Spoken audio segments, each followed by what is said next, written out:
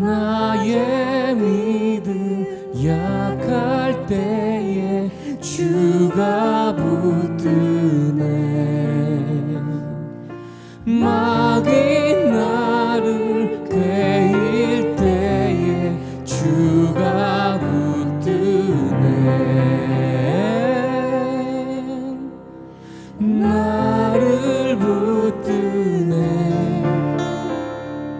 나를 붙드네. 사랑하는 나의 주 나를 붙드네. 우리 구주 아니면 서지 못하네. 나의 사랑 식을 때에 주가 붙드네. 나를 붙드네. 나를 붙드네. 사랑하는 나의 주 나를 붙드네. 나의 영혼 약할 때에 주가 붙드네. 피를 흘려 샀으니 주가 붙드네.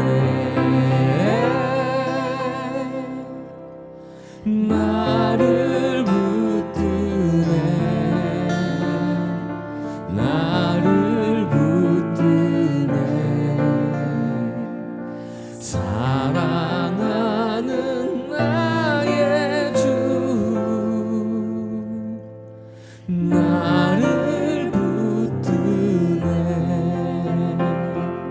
사랑하는 나의 주 나를 붙드네.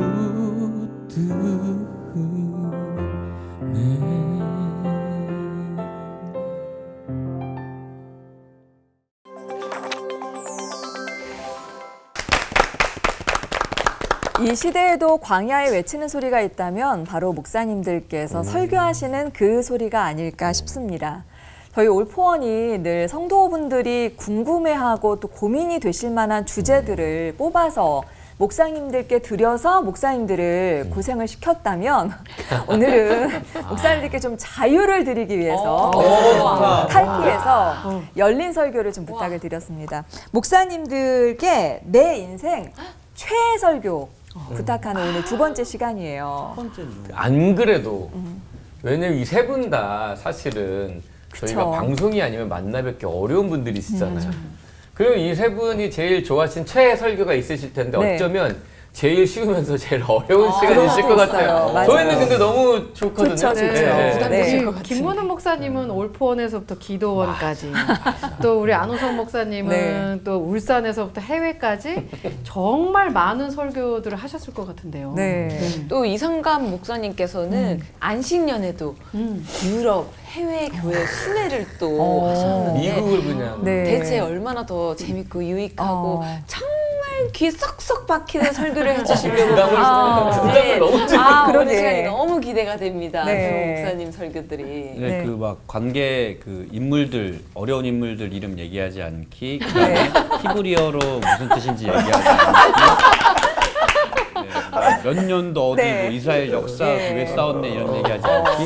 이런 거 빼고 목사님들께서 이 설교하면은 성도분들에게 전할 때 너무 설레고 너무 좋다고 하는 그런 설교, 최애 설교가 있으실까요? 살짝씩 힌트만 좀 있으세요? 저 같은 경우는 나의 하나님께서 나의 집구석을 하시고 나의 것이어서 저는 이렇게 저의 약점, 저의 어떤 안 좋은 것을 하나님이 어떻게 치유하고 회복해서 하나님이 나 같은 것도 쓰시는구나. 그런 쪽에 이제 설교가 되더라고요. 설교자는 설교를 가르치고 한다고만 생각하지만 실은 설교자도 그 설교를 듣습니다. 그래서 저는 저에게 들려주고 싶은 설교 그리고 제가 할 때마다 저도 함께 은혜를 받는 그런 설교를 가지고 나왔습니다. 저는 고3 때 예수님 믿고 나서 하나님 음성 듣는 법에 대한 관심이 많았습니다. 그래서 이 하나님 음성 듣는 훈련을 통해 가지고 성장하고 성숙할 수 있었는데 오늘 그것을 조금 나누고 싶습니다. 네. 목사님들께서 자유 주제를 드렸지만 그래서 오히려 더 고민이 많지 않았을까 싶은 생각도 듭니다. 짧은 시간 안에 최애 설교를 하신다는 게 어렵다고 일편하셨던 목사님들이 고백을 하셨는데요. 어떤 설교를 골라오셨을지 궁금합니다. 김문우 목사님의 최애 설교 박수로 청해 듣겠습니다.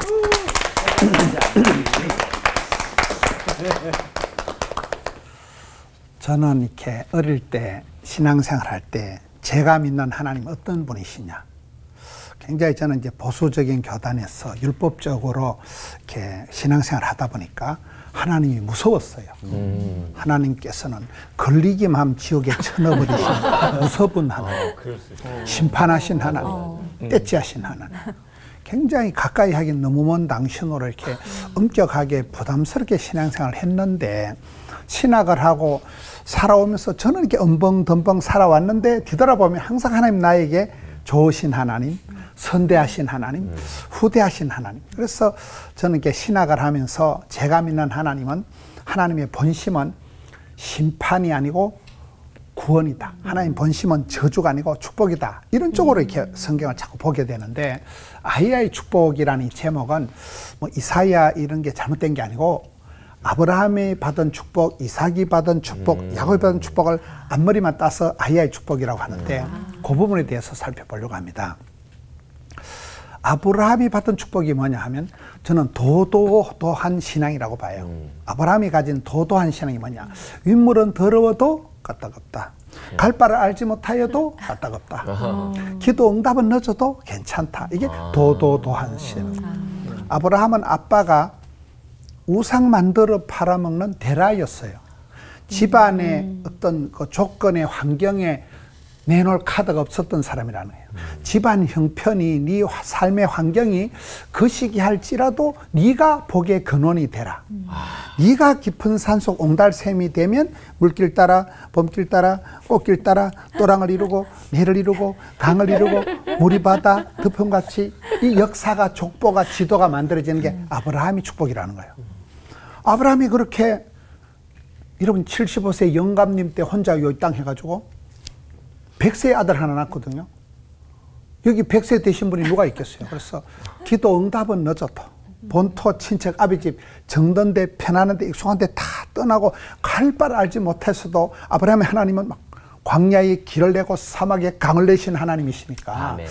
아브라함의 그 하나님은 집안에 내놓을 명분이 자랑할 아빠 찬스 쓸 게 아무것도 없었지만은 아브라함이 복의 근원이 됐잖아요. 아브라함의 자손이 세계 37억이나 된다는 거예요.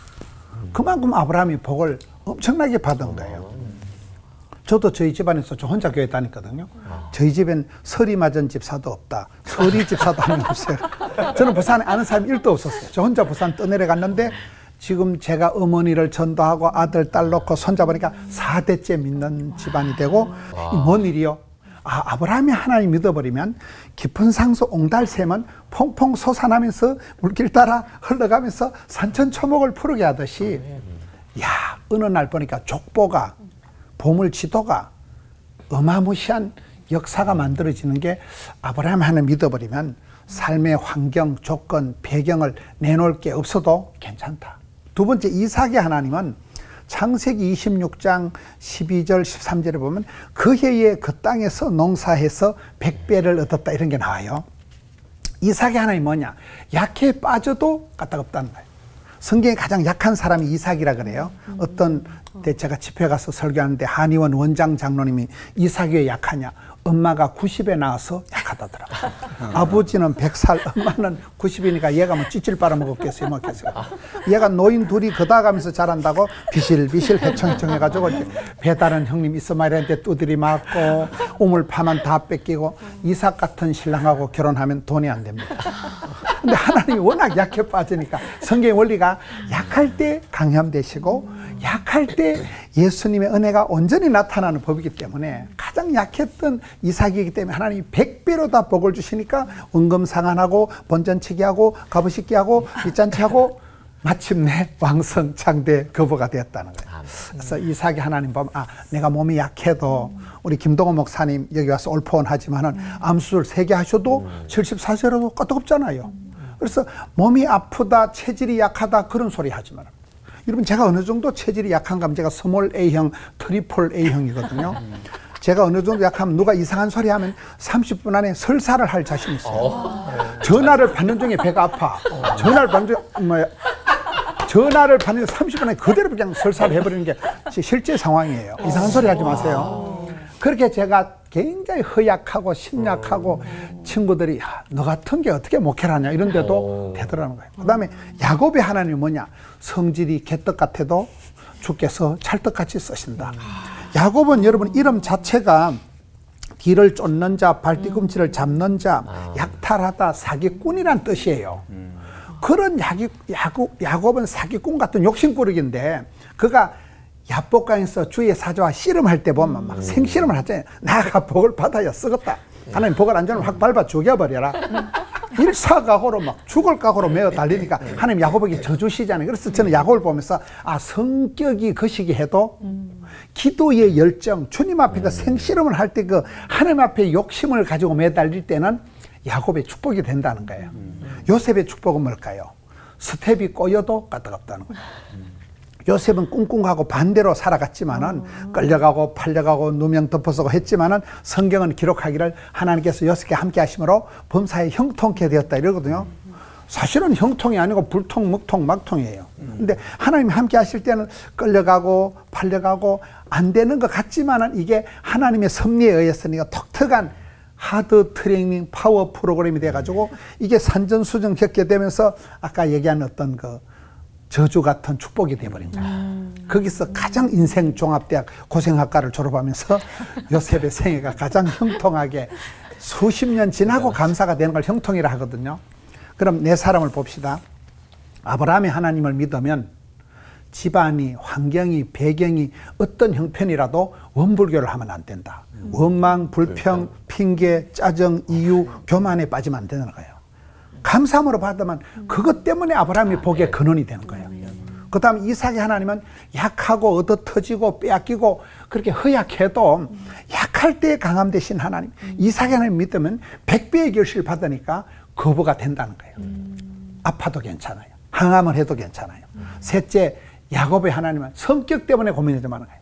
나는 성격이 좀 이상해요. 나는 좀 거시기 해도 그 고약한 성격이 기도의 기질이 되어서 주님 앞에 매달릴 때 그렇게 목숨 걸고 매달리는 그게 야곱이 속이는 자, 약탈자지만 다시는 이 이름을 속이는 자가 아니라 이긴 자, 이스라엘이 되게 하는 야곱의 축복의 중공이 된 거고, 또 요셉은 우리가 살아갈 때 스텝이 꼬이고 엉망진창이 되는 것 같지만은 하나님은 필경은 사랑하는 자에게 형통하게 인도하시는. 그래서 저는 그 네 사람 다 약점을 얘기하는 거예요. 약점이 강점이 되고, 콤플렉스가 스트레스가 되고, 썬물이 단물이 되고, 애물단지가 보물단지가 되고, 가난이 효사가 되고, 시장이 반찬이 되고. 그래서 저희 굉장히 그 불우한 것도 성격상으로나 기질상으로나 체질상으로 고약한 내 같은 게 목회를 하겠나 하다 말다 잘합니다.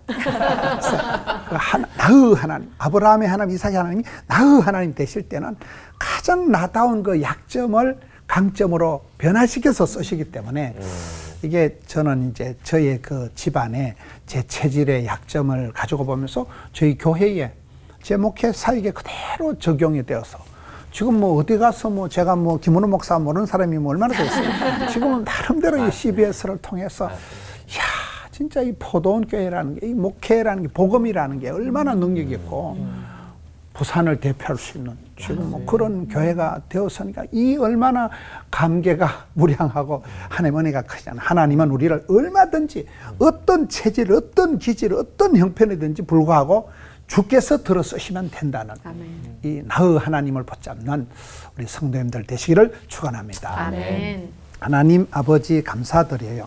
가장 나답게 주님 붙들어서 주의 일하고 주의 기쁨이 되는 우리 성도님들 다 되게 하여 주세요. 아멘. 예수님 이름으로 기도드립니다. 아멘.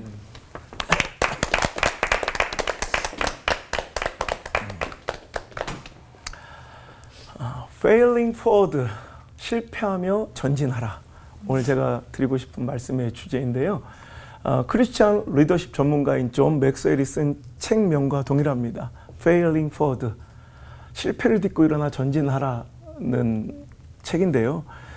우리 신앙, 우리 인생을 어떻게 정의할 수 있을까요? 우리 신앙생활, 우리 인생 결국 정말 실패하고 넘어진 자리에서 또 일어나 다시 그 힘겨운 발걸음을 이어가는 것, 이것이 우리의 인생이 아닐까 싶습니다. 우리 신앙생활 여기 있는 우리 모두 누구 한 사람 떳떳하고 당당하고 정말 올곧게 실수 한 번 안 하고 넘어지지 않으며 쿨하고 쌈박하게 아싸하게 갈 수 있는 사람이 어디 있겠습니까? 다 구질구질 너덜너덜 비참할 정도로 쓰러지고 넘어지고 내 자신도 내 스스로를 용납할 수 없을 만큼 부끄럽고 초라한 모습일지라도 또 일어나 주님 앞에 매달려 엎드렸기에 오늘 저와 여러분의 오늘이 있는 줄 믿습니다. 제가 성경을 연구해보고 공부해보니까요. 그 안에 하나님께서 시대마다 크게 쓰임받은 하나님께서 들어 쓰신 자들의 특징은 참 완벽하고 올곧고 정말 실수 없었던 인생들이 아니라 저런 사람도? 야, 저런 인생도?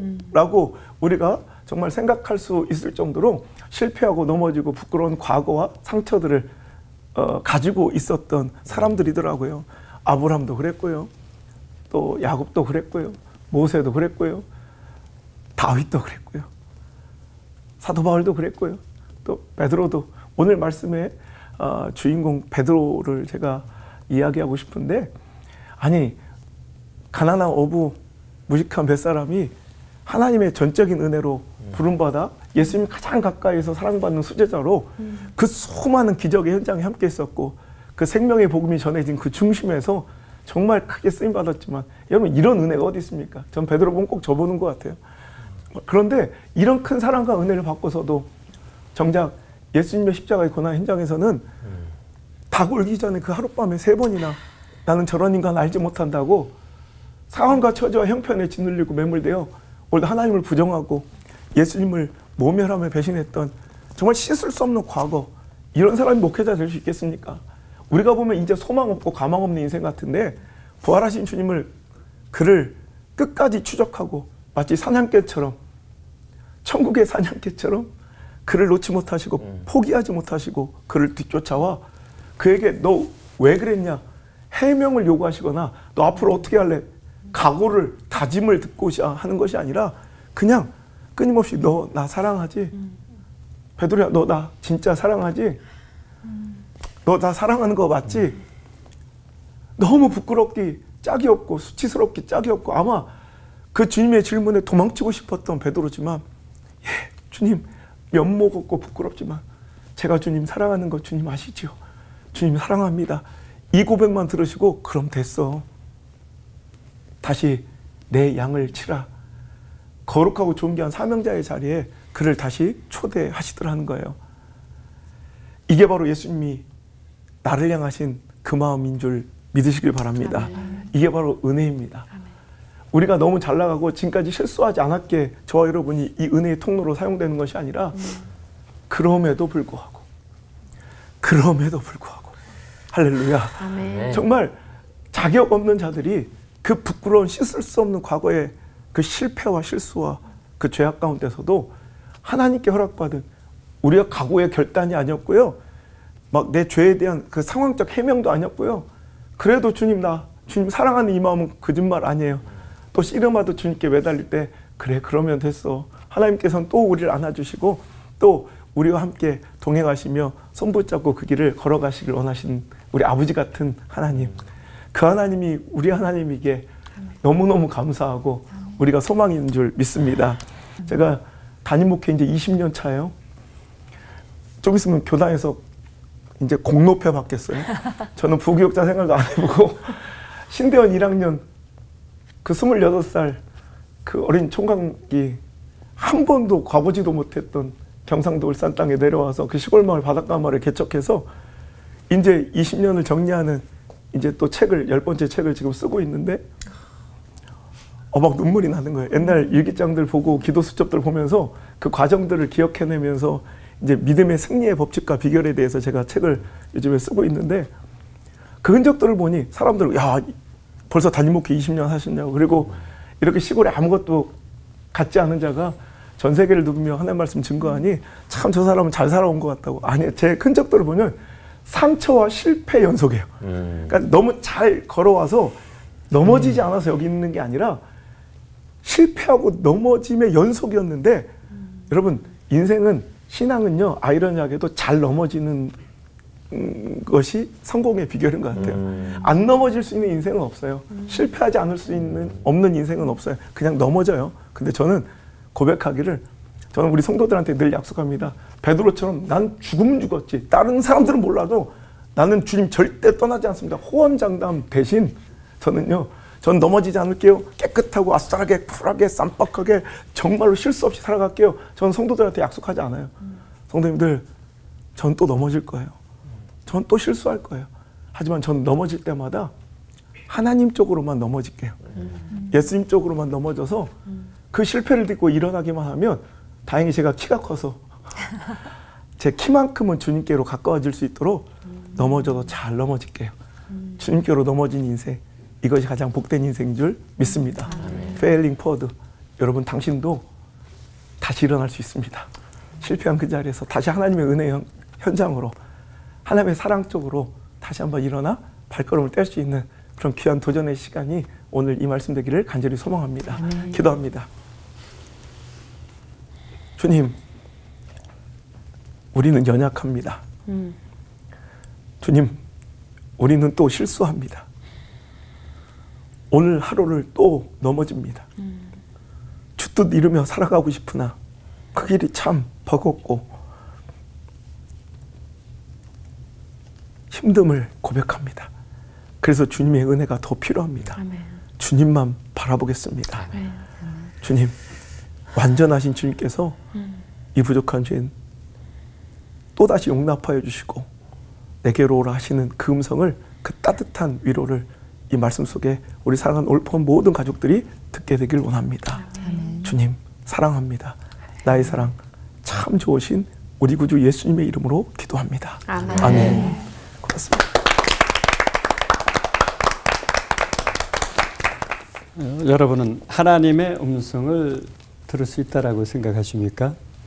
하나님의 음성 듣는 법 하면 어쩌면 무당, 점장이가 떠오를지도 모르겠어요. 뭐 두렵게 하고 위협하고 협박하고 미래에 대해서 말하고 귀에 막 들리는 여자에게서 남자 소리가 나고 여러분 그런 것들이 하나님의 음성은 아닐 겁니다. 그러나 저는 분명 하나님의 음성을 모든 거듭난 그리스도인은 들을 수 있다라고 생각합니다. 왜냐하면 예수님께서 말씀하셨기 때문입니다. 요한복음 10장 27절에 내 양은 내 음성을 들으며 나는 그들을 알며 그들은 나를 따르느니라 말씀을 하십니다. 그러면 우리는 어떻게 하나님의 음성을 들을 수 있습니까? 첫째 성경을 통해서, 둘째 기도를 통해서, 셋째 경건한 사람들을 통해서, 넷째 환경을 통해서 들을 수 있습니다. 그렇다면 좀 더 구체적으로 우리가 하나님 음성 듣는다라는 것은 도대체 뭘 의미하겠습니까? 저는 하나님께서 우리가 귀에 들리는 육적인 음성으로 말씀하신다라고 생각하지는 않습니다. 대부분의 하나님 음성은 성령님을 통해서 들려집니다. 성령의 감동 감화를 통해서 하나님의 음성은 들립니다. 성령의 교통 교제를 통해서 하나님의 음성은 들립니다. 그러니까 성령의 교통 교제 감동 감화를 통해서 보혜사 성령께서 각 사람에게 말씀하시는 거죠. 그 말씀은 어떻게 하십니까? 깨닫게 하십니다. 생각나게 하십니다. 기억나게 하십니다. 가르쳐 주십니다. 그것이 보혜사 성령께서 우리 성도들에게 말씀하시는 방법입니다. 자, 그렇다면 이 하나님의 음성을 듣는다라고 할 때도 영적인 분별이 필요합니다. 왜냐하면 음성에는 세 가지가 공존하고 있기 때문이에요. 하나님의 음성이 있고요. 자아의 음성이 있고요. 사단의 음성이 있습니다. 하나님의 음성은 은혜와 평강이 있습니다. 생명과 풍성케 함이 있습니다. 그 음성을 계속 따라가면 그와 같은 열매가 맺어지죠. 자아의 음성은요, 욕구, 욕망, 욕심을 계속 따라가게 합니다. 사단의 음성은 어떻습니까?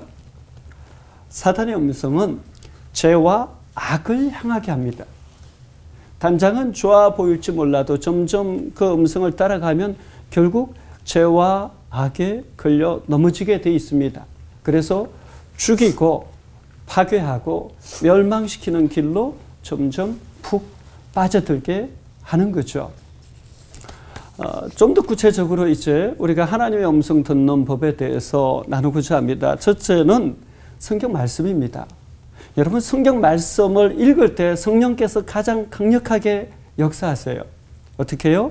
성경을 읽을 때 교훈과 책망과 바르게 함과 의로 교육하십니다. 여러분, 성경을 읽을 때 내가 찔리면 찔릴수록 더 좋은 거예요.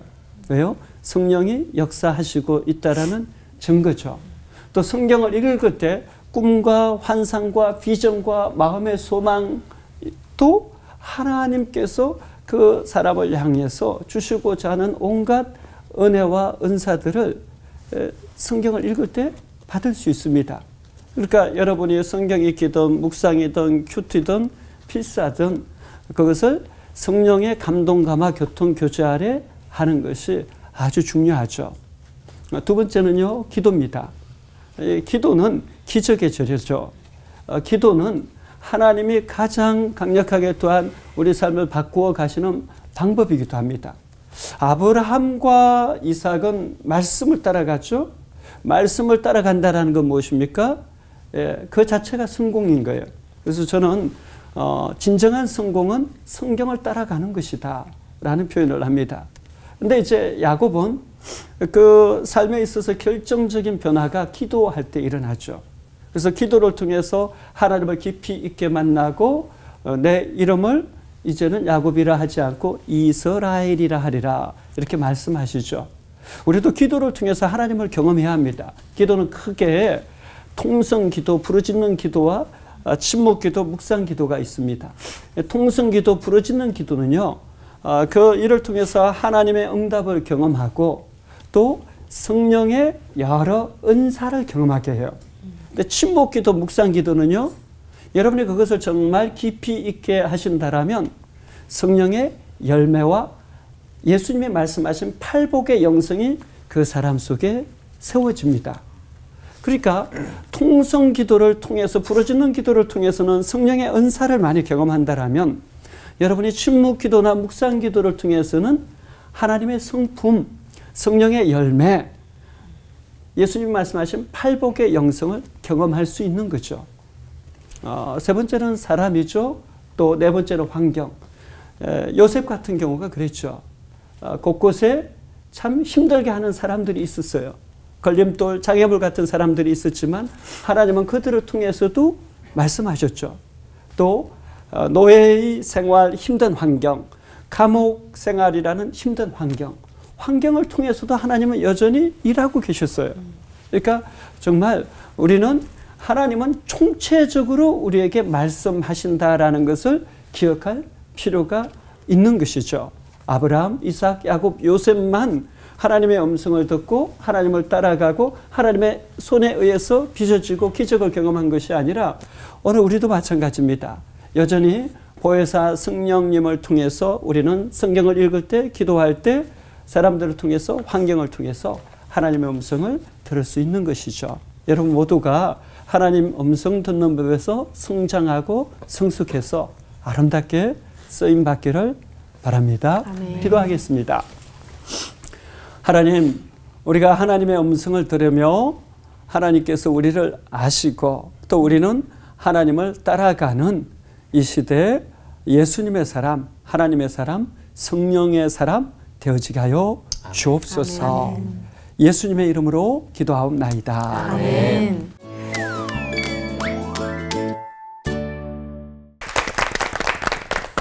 한 가지 주제로 세 분의 목사님이 다각도에서 이렇게 설교를 해주셨다면 오늘은 세 분이 다 다른 주제로 설교를 해주셔서 목사님들의 그 색깔이 더 잘 드러나는 것 같고요. 아, 이런 설교를 해주고 싶으셨구나 싶어서 얻어가는 것도 더 많은 것도 같습니다. 네.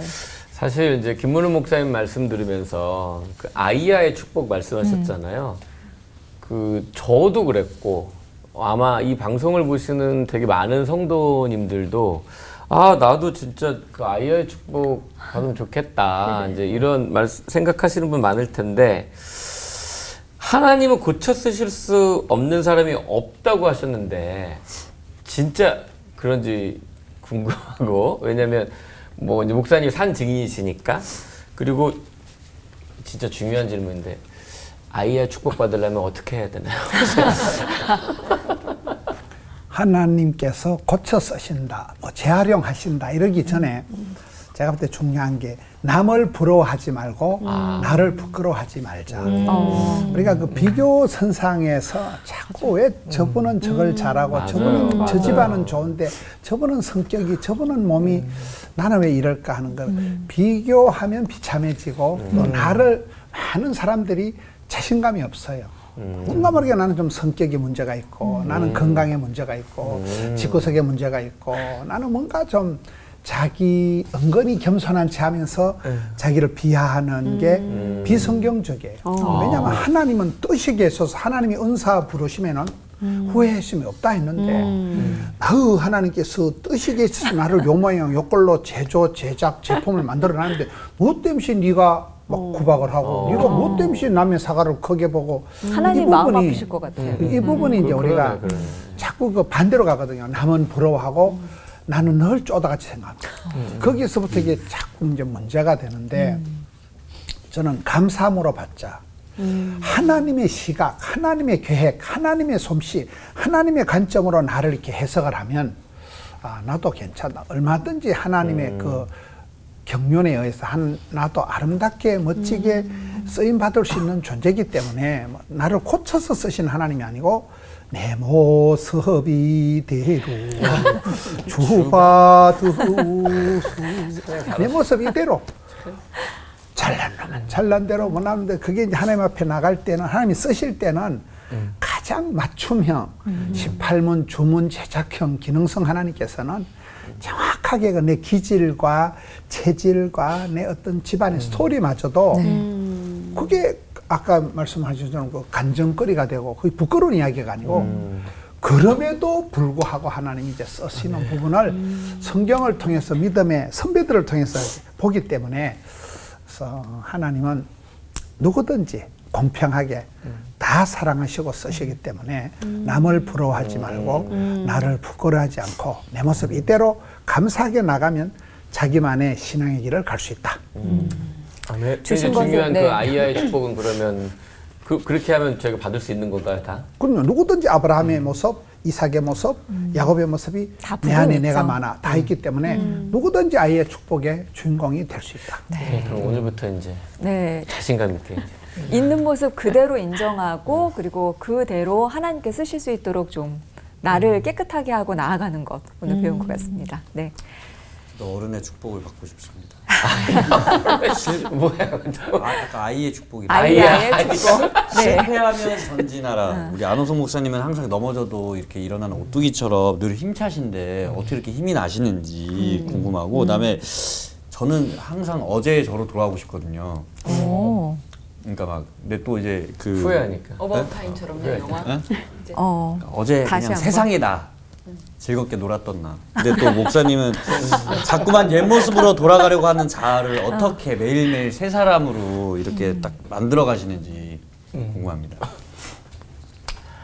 뭐 항상 오뚜기처럼 당당해 보여도 내 안에 또 나름대로 상처도 많고 두려움도 많죠. 그런데 그때마다 좀 이렇게 일어날 수 있는 또 당당하게 좀 회복할 수 있는 그 힘 중에 하나는 저는 매일 아침 이제 이런 생각, 이 과거에 더러운 생각 이렇게 안 하려고 이제 수동적으로 하는 행위들, 루틴들은 제가 아침마다 일어나면 원래 딱 사역 나가야 될 꼭 일어나야 될 시간보다 20분 전에 항상 알람이 2개가 더 맞춰져 있습니다. 그래서 그때는 뭐 하냐면 항상 일어나서 고백하는 거예요. 100번씩 매일.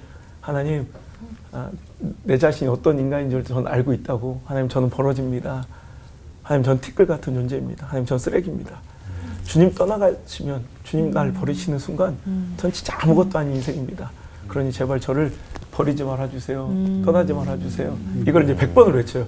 그래서 이제 교만하지 않으려고 그런 약간 장치들을 두고요. 또 약간 액티브하게 제가 한다면 이런 교만해지고 옛날로 돌아가지 않으려고 더 적극적으로 하나님 기뻐하시는 일을 더 하려고 노력을 해요. 그게 가장 최고의 공격이 최고의 수비라고. 그래서 매년마다 하나님께 특별한 예물을 드리고 특별한 선교를 하기로 이제 집사람하고 약속을 해가지고 이번에는 어떤 선교를 할까, 또 어떤 드림이 있을까. 그래서 좀 적극적으로 또 선교하고 희생하면서 오히려 더 하나님께 그 감사를 표현하려고 노력하는 이 두 가지 장치를 두고 이제 좀 저를 약간 제한하는 것 같아요. 네. 네. 장치하러.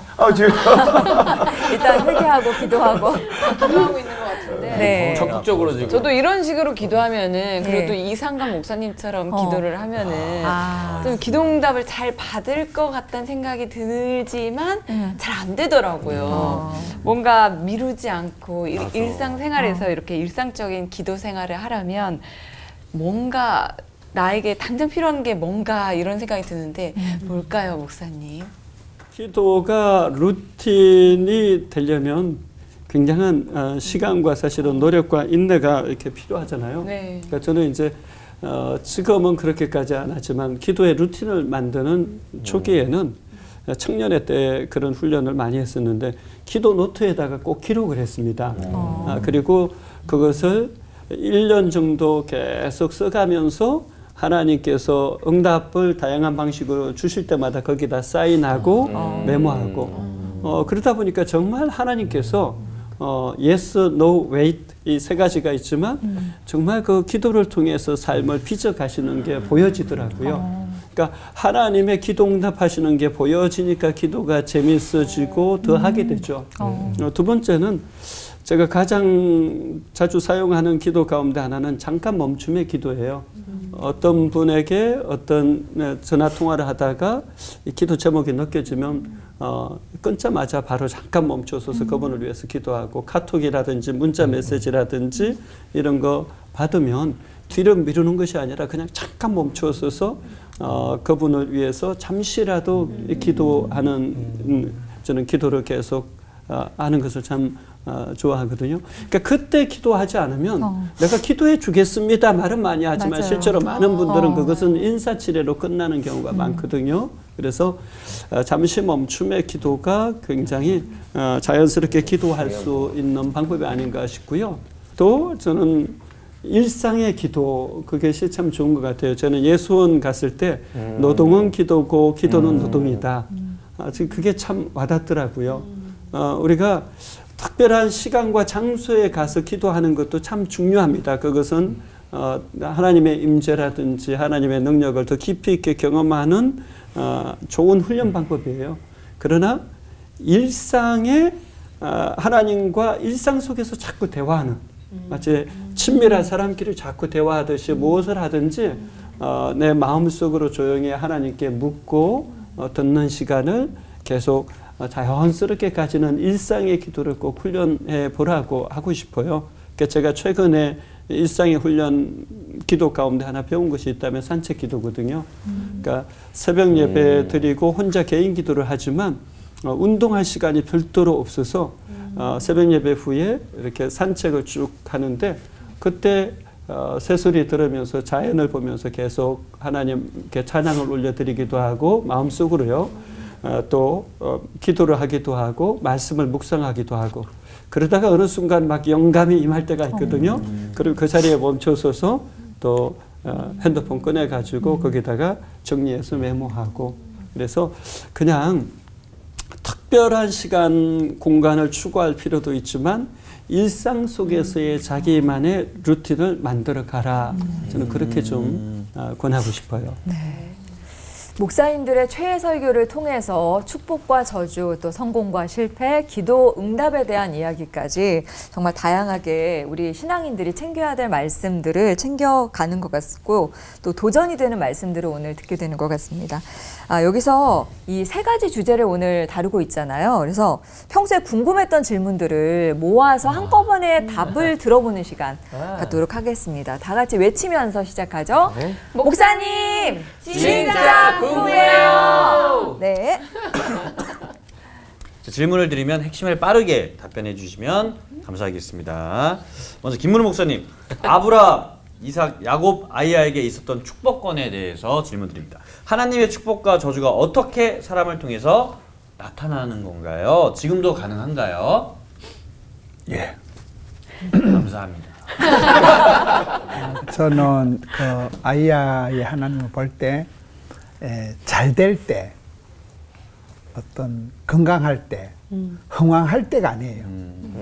보통 이제 잘 되고 평안하고 이럴 때는 대부분 교만 쪽으로 가요. 근데 이제 안 될 때, 아플 때, 힘들 때, 어떤 그 약점이 나타날 때, 그때 할 수 없이 이제 겸손 모드로 들어가게 되고, 억지로 이제 똥줄이 땡기니까 이제 기도를 하게 되고, 그러다가 진짜 백이 복을 받기 때문에 어떤 그 믿음의 선배들을 저는 얘기할 때 굳이 약점을 통해서 강하게 역사하신 하나님. 사람의 약점을 통해서 자기가 자기 한계를 알게 되고 자기 본분을 알게 되고 주님을 의지할 수밖에 없는 하나님 아니면 나는 뻥이다.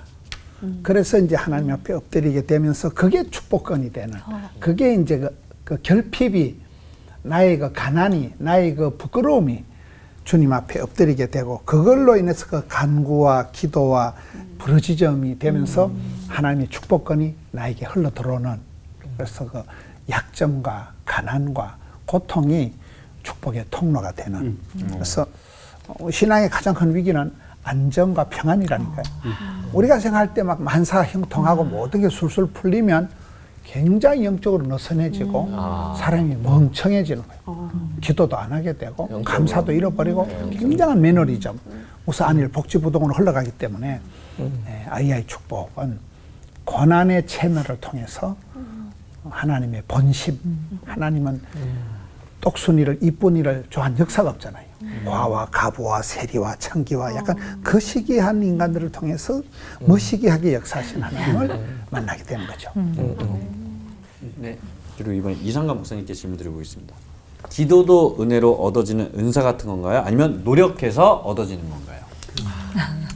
기도는 은사라기보다 호흡이죠. 숨.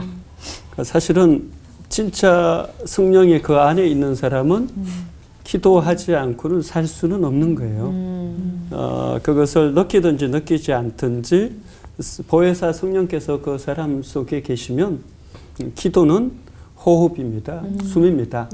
근데 이제 기도도 은사로 주시는 경우는 있어요. 예를 들면 중보기도의 은사라든지 또 기도할 때 신유의 은사가 나타나는 그런 것은 은사겠죠. 기도는 조금 두 가지로 볼 수 있는 것 같아요. 하나는 통성기도, 부르짖는 기도를 할 때 분명 성령의 은사를 많이 주세요. 그러니까 은사는 부르짖고 간절하게 찾고 구하고 매달리는 분들이 주로 많이 받아요. 근데 은사는 주로 하나님의 일을 하도록 하기 위해서 주어지는 거예요. 섬김을 목적으로 주어지는 거예요. 그래서 어떤 분에게는 주어지기도 하고 어떤 분에게는 주어지지 않기도 하는 거죠. 그런데 이 침묵기도, 묵상기도를 할 때는 그 성령의 은사는 주어지지는 않지만 하나님께서 계속 깊은 은혜를 주시죠. 그래서 그 사람 속에 계속해서 세미하게 역사하셔서 회개가 일어나게 하시고 회복이 일어나게 하시고 그래서 묵상기도, 침묵기도를 깊이 있게 하는 분들은 자기 자신을 성찰해요. 말씀 앞에 자기 자신을 비춰요. 그러면 교훈과 책망과 바르게 함과 의로 교육하는 성령의 역사가 분명히 그 사람 속에 일어나기 때문에 그 사람들은 주로 하나님의 선하시고 기뻐하시고 온전하신 뜻을 추구하게 되고 사랑, 희락, 화평, 오래 참음, 자비, 양승, 충성, 온유, 절제 같은 성품이 점점 그 사람 속에서 자랍니다. 그런데 이것은 누구나 경험해야 되는 일이에요. 하나님의 사람이라면. 은사는 제각각 다르지만 이 하나님의 은혜로 말미암아서 성령의 열매는 누구나 맺어지는 것이 정상이라는 거죠. 그래서 기도는 은사일 때도 있고 아닐 때도 있다.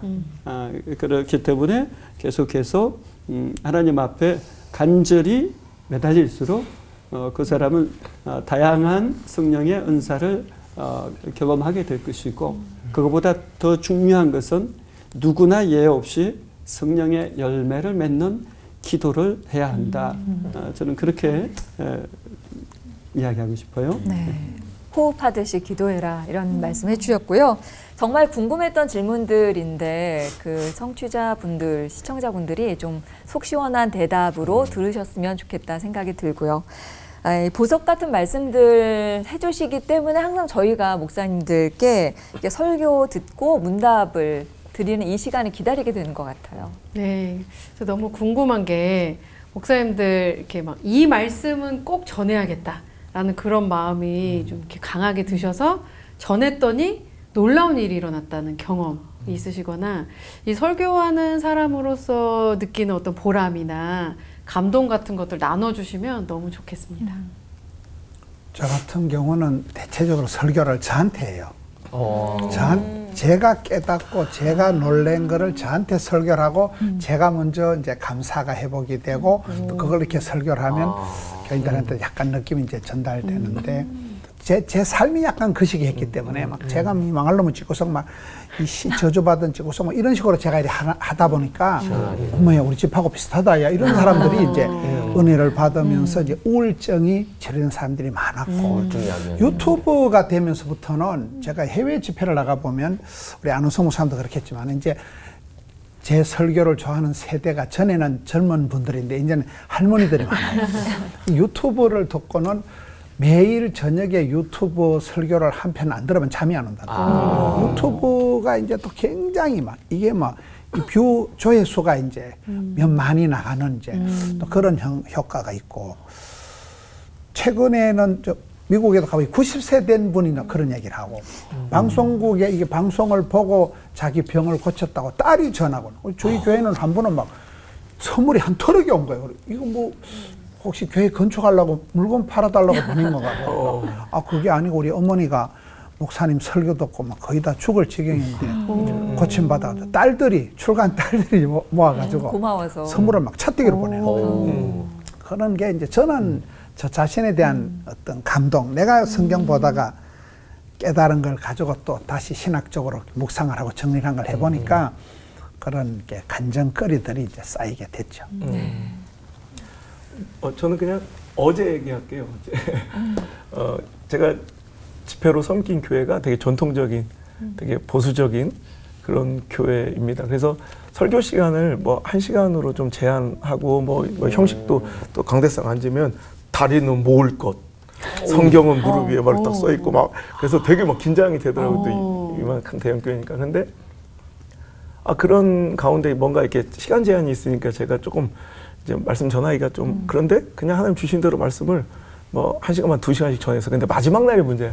마지막 날 이 감동으로 주신 이 설교가 너무 암만 생각해도 이건 간증까지 섞어서 이렇게 하다 보면 2시간이 넘어갈 것 같은 거예요. 제가 도저히 이걸 안 하고 싶은 거야. 그런데 이 감동을 계속 이걸 전해야 된다는 그 마음에 제가 기도 부탁도 막 해서 제가 집회를 매일 다니는데 뭐 설교거리나 설교에 대해서 힘들지는 않잖아요. 그런데 너무 부담스러워서 제가 중보기도들한테도 기도 부탁할 정도로 근데 그게 버티고 견디고 살아내라 라는 주제의 설교였는데 제가 정말 죽고 싶을 만큼 힘들었을 때 그 이야기를 전달하는데 설교하니까 아니나 다를까 뭐 2시간 반을 했어요. 설교만. 그래 끝나니까 막 울음바다가 되고 나왔는데 호텔에 들어가니까 12시가 넘더라고요. 그러고서 이제 막 완전히 진액을 다 쏟고 이제 나와서 그래도 난 이렇게 그냥 하나님 주신 말씀 전했더니 욕 안 먹고 잘했구나 이러고 끝내려고 했는데 오늘 오는 길에 문자가 왔어요. 우리 사무실로 연락이 왔대요. 그 집회에 참석했던 한 장로님 부부에게 연락이 왔는데 딱 자기에게 주신 말씀이다. 제가 사역을 다 그만두고 정말 다 모든 걸 중단하고 이제 포기하고 떠나려고 했는데 이 말씀에 완전히 은혜를 받아 이제 새 힘을 얻어서 더 열심히 이제 사역하고 헌신하겠노라 고백하고 자기만 그런 것이 아니라 이제 그 모임에서 이 은혜를 가지고 나누는데 글쎄 한 사람이 이런 고백을 하더래요. 요즘에 생활고를 비관해서 힘든 일을 비관해서 자살하시는 분들 있잖아요. 근데 한 분이 실은 디데이로 삼고 자살을 하려고 준비를 하셨대요. 그런데 그 말씀 듣고 자기가 살아났노라고 아니면 그 뉴스 한 자락에 나올 가정이 되는 거였어요. 그런데 그날 그걸 멈췄다고 오늘 오는데 사무실에 너무 감사해서 꼭 한번 찾아뵙겠다고 연락이 왔다고 사무실에서 지금 오는 길에 연락을 받아서 그냥 이 말씀 드리면 좋고요. 하나님 주신 말씀 전할 때 이런 하나님은 나는 몰라도 하나님은 딱 그 말씀 가운데 다루실, 만지실, 붙잡으실 그 영혼들이 꼭 있는 것 같아요. 저는 뭐 제가 살아나는 경험을 자주 했었는데 사역자로서 본질에서 벗어났다라고 느껴질 때마다 듣는 최소 100번 이상은 들었던 두 개의 테이프, CD가 있는데 하나는 옥하는 목사님의 광인론, 정신이 번쩍번쩍 납니다. 다시 본질로 끊임없이 기본으로 돌아가게 하고요. 또 하나는 하영주 목사님의 예수 그리스도. 가장 기본적인데 가장 힘든 때 가장 또한 용기를 주는 것은 역시 예수 그리스도가 누구신지에 대한 메시지인 것 같아요. 그래서 저는 그 두 개의 말씀을 통해서 제가 살아나고 세워지고 또 끊임없이 사역자로서의 길을 갈 수 있는 힘과 용기와 방향성을 찾은 것 같고요. 또 제가 이제 말씀 전했을 때 가장 많은 역사가 일어났던 것은 구약에서는 시편, 신약에서는 빌립보서였던 것 같아요. 그래서 저도 누군가를 위해서 기도해 줄 때는 또 신방하면서 말씀 전할 때는 주로 시편이나 빌립보서를 참 많이 전하는 것은 그 말씀을 통해서 제가 은혜 받고 제 삶 가운데 역사가 있었을 뿐만 아니라 또 하나님께서 그 말씀을 통해서 위경에서 많이 건져주셨기 때문에 그 말씀을 이렇게 전할 때 또 동일하게 각 10년들 가운데 그런 치유와 회복, 변화가 있는 것을 봅니다. 목사님들이 하시는 설교를 목사님들 개인적인 이야기라고 듣지 말고 하나님께서 목사님들을 통해서 주시는 말씀이다 생각하면 정말 은혜를 더 받게 될 것 같고요. 설교의 은혜를 사모하게 되는 그런 시간이었습니다. 최애 설교를 들려주신 목사님들께 감사드리면서 오늘 끝인사도 힘차게 외치며 마쳐보도록 하죠. 축복과 믿음과 은혜의 설교로 하나 되는 시간 올포원